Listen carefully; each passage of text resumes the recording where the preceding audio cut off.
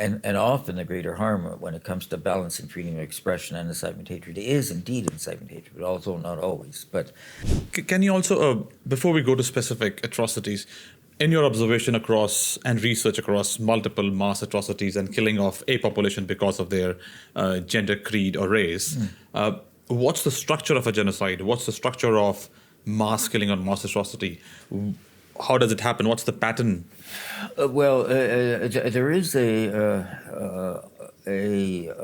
scholar who's identified the steps of genocide. I think it's 10 or 12 steps, and basically, what you're starting with is incitement to hatred, and I think it's important to deal with that from the get-go.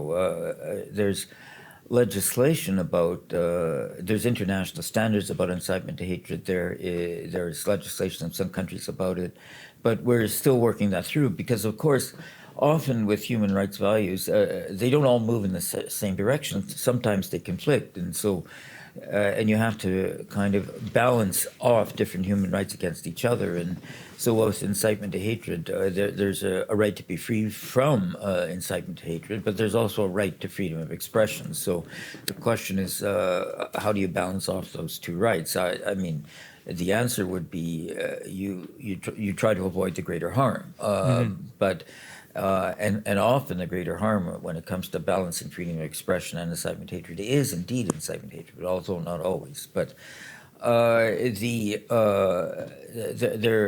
would say, and this is something, it's part of like one of the many books I've written on human rights is on that subject: bloody words, hate, and free speech, and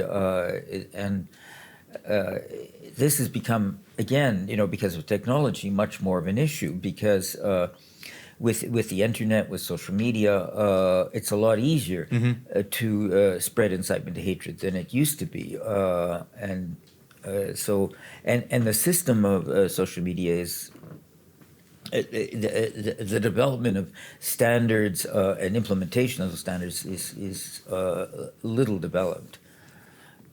So anyhow, I would say that in terms of the steps towards genocide, that's an important component.